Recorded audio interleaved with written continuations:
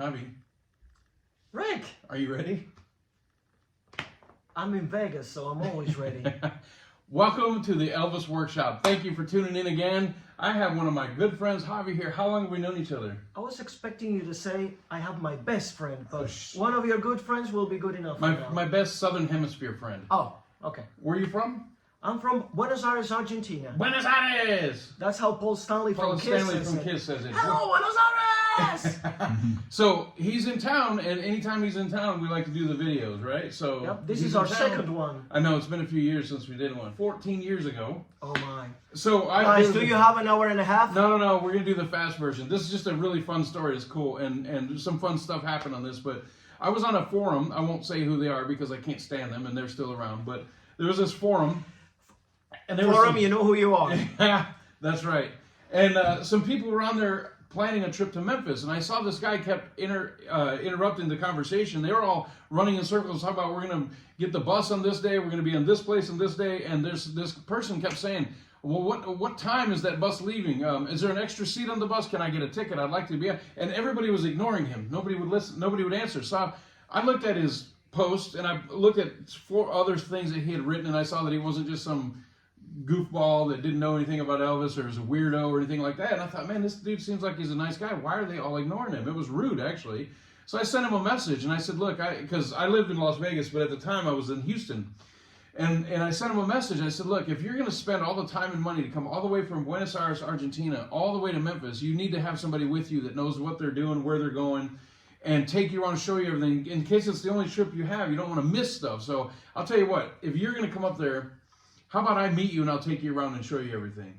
And he said, you do that? You would do that? I said, yeah, sure. I would do that. So I said, let's plan 3 days. 1 day in Memphis, 1 day in Tupelo, 1 day in Nashville. Mm-hmm. Are you kidding? Would you really do that? So yes.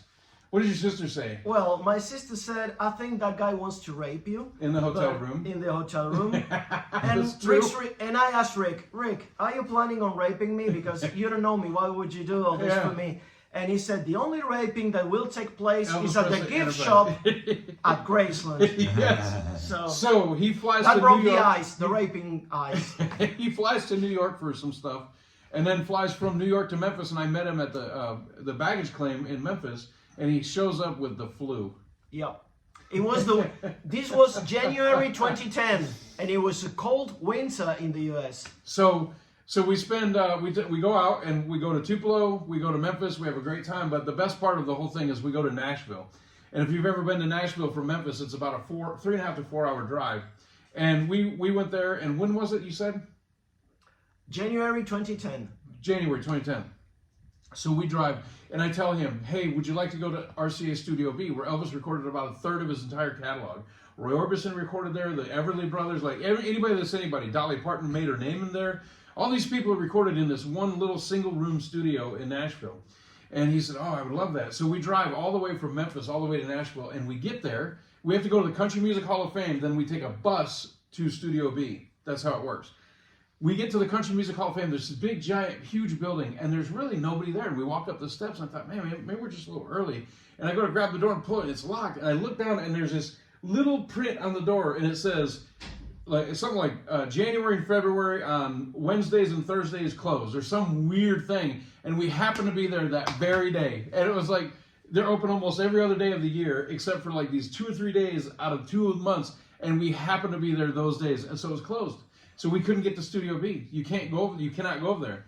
So I told him, man, what a drag, what a bummer. I said, how about this? Let's just drive over there. We'll get some pictures outside, and we'll just look at the building at least. We're already here. We literally drove all the way here just for this one thing. So we drive all the way over there, and there's a door on the back end of it there's a hallway, and there's a single light bulb on in there. And so we look in there, and we're just looking for a minute. I'm like, damn, this sucks. And while we're standing there, the side door opens from the side of the studio. And I said, look at that. There's this woman over there in the building. So we ran over there, and he's wearing a shirt. It's a black shirt that says, I Heart Elvis on it. So we run over there, and we talked to the girl and said, hey, and I've been there, so I know where she's at. She's literally in the studio, right? And we're standing there, and we're talking to her, and I said, hey, he's from Argentina. He's a huge Elvis fan. They're closed. We're going to drive all the way back to Memphis. Is there any way you would just open the door and just let him peer in so he can get like a mind's eye view of what the studio looks like? No. I said, wait, are you telling me you're literally in the studio? I'm 2 feet from you, and you won't just open the door to let him look? No, I'm not going to. You can't. She said, you're never getting in here. There's no way it's not. You can't even look in here. She's kind of snarky and rude, right? She's a little bit rude. Yeah, she said, come back when the studio is open and buy your ticket at the Nashville Country Museum. So I said, there has to be a way. I said, don't you have a boss or somebody? She said, well, this is a part of the school, which is on the second level. You can't come in here. She goes, the guy's going to be here in a little while. His name is Luke, but he's not going to let you in. I said, okay. I told him, let's wait. Well, we were starving. So I said, hey, let's run and go get a sandwich and come back. Well, we run to the restaurant, and we're both sitting there like eating like this. Like we both had anxiety, and we just said, forget the sandwich. Let's just take it with us and go back. So we go back, and we're sitting in front of the studio. And this car pulls up, like 20 minutes later, right? Yeah. This guy pulls up, and we're listening to an Elvis CD of the FTD, the private label FTD, and we're listening to Elvis in the studio. We're sitting outside of it, and we're listening to outtakes of Elvis talking to the band and this. And the guy gets out of the car, and we said, hey, are you Luke? He says, yeah. I said, hey, can I play something for you?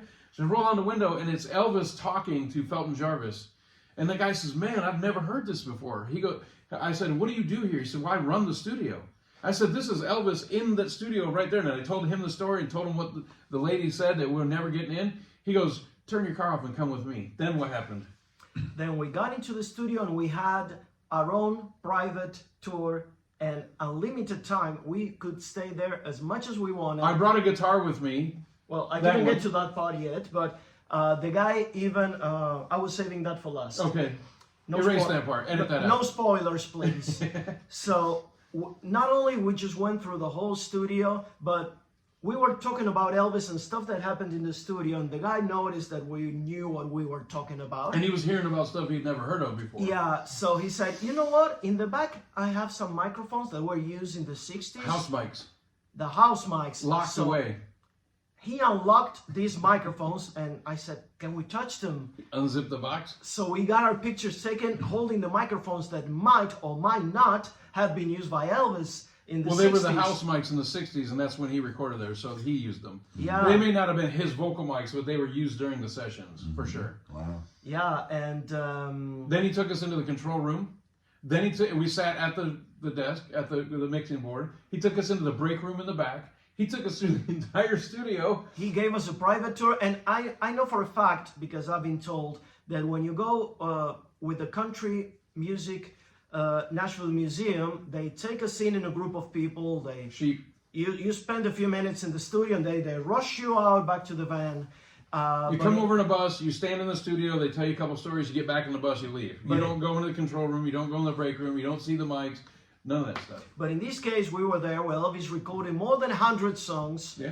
And we had all the time in the world, and we touched the microphones and the mixing board, and it was amazing. But at one point, Rick had brought his Elvis Presley replica guitar that if it's not in the video, but he will insert a picture using modern technology. So Rick asked Luke, the studio manager, my friend here has a guitar in the trunk of the car. Can he play a couple of songs? Because, of course, if you know a few chords and you can sing a few lyrics, you will want to sit down and play a song that Elvis recorded in that same spot, right? So the guitar was brought in from the trunk of the car, and I sat down, and I was so excited I didn't even know what to play, so I ended up doing How the Web Was Woven.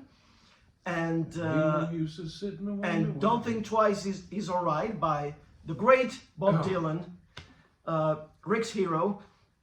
And so I have video of me in my YouTube channel singing those songs where Elvis recorded them at Studio V. So all she had to do is open the door, let him just look in and just see it, and we would have left. And because she said no, and we waited around, we got the best tour ever. It was a lot of stuff happened. Remember, we met Dr. Nick on that trip? Yep.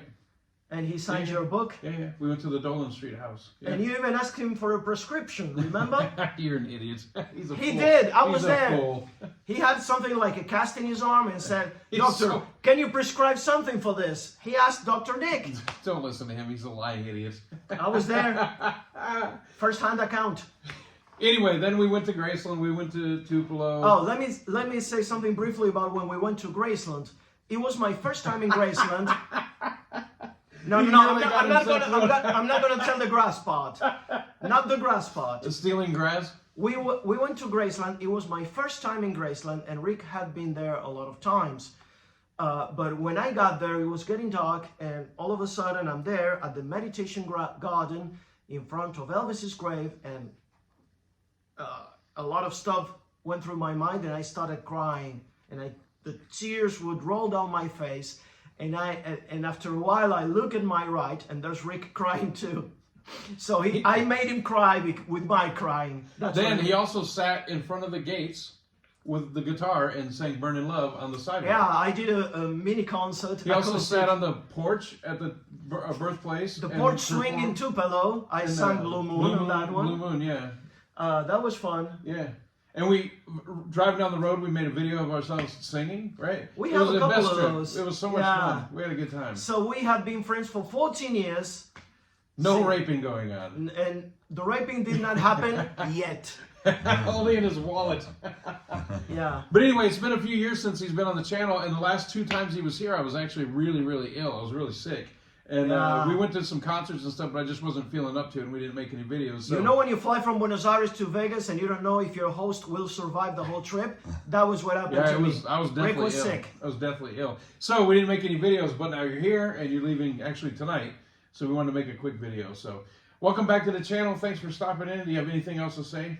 You want to say hello to any of your Buenos Aires? If you go to YouTube and you look for "Grass from the Grave of Elvis Presley," you'll find a video you will hate.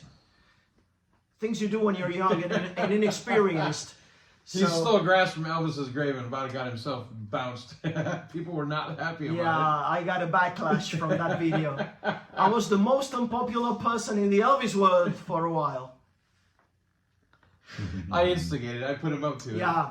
No, the thing is that I have friends in Argentina who They'll never come went to here. Graceland and probably never will. They don't have a US visa. They don't have the means or the money to come here. So they said, can you bring me some grass from Elvis's grave? So what can you say if you're lucky enough to be able to be there? You just get a Ziploc bag, grab some grass and put it and Steal it. And of course we made a video of it so that And my photos. friend knew that it was the real deal, not some grass from the square near my home. It was the real grass from Elvis's grave. Yeah. And that video went all over every message board. Yeah, we gotta kill that man. The most wanted list had my face how on it. dare you desecrate the grave of No, that was when, and then for the picture, well, that was even worse. It was so because funny. The thing is that there was this tiny little fence in the meditation garden. He stepped over the fence. And I wanted my picture with Elvis's grave really, really bad. So for one tiny second, I stepped over the fence, kneeled down by Elvis's grave to pay my respects, and Rick took the picture. And then everyone says, he's sitting, dancing on the grave. he's desecrating Elvis's grave. He's sitting on Gladys's grave because of the angle of the picture. You could. He was just squatting down. Yeah, I was squatting down, but someone could have said that I was sitting on Gladys's grave. So even Marty Larkin wanted to kill me. God bless his soul.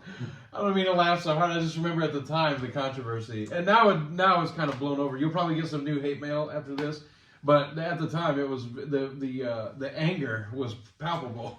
I was young. People wanted him dead. Yeah, you know when you're young and you do stupid things. Well, I still do them, but I was even younger then. It was 14 so years funny. ago. Well, do you want to say anything to your Buenos Aires fans? Tell them that you're here. You can speak in Spanish if you want. To my Buenos Aires fans, the 21st of December, I'll be performing with my band, the Electric Hybrids. We're gonna do a show with 1960s and 1950s music. I'm the frontman. I sing, I play guitar, I tell funny stories. And you're all welcome to come. We're going to do the Jingle Bell Rock because it's the last show we're going to do this year. You know what's funny is he's doing this big advertisement for his own show, talking all in English to people that only know Spanish. Now, some of them know it. We can add subtitles. I think YouTube does it automatically. Oh, maybe, yeah. Yeah. For you. So, That's it from All me. right, look, quick video. We just wanted to say hello. I just wanted to make a video while he was here. We didn't really even have much big content. Where's the dog? What dog? The hound dog. You're an idiot. If you don't like this video, you ain't nothing but a hound dog. All right. Yes. We'll see you next time. Thank you for tuning in. Check it out. You ain't never gonna rail and you ain't no friend of mine. Thank you for watching. If you don't like the video, then you ain't nothing but a hound dog. Yes, you are. See you later.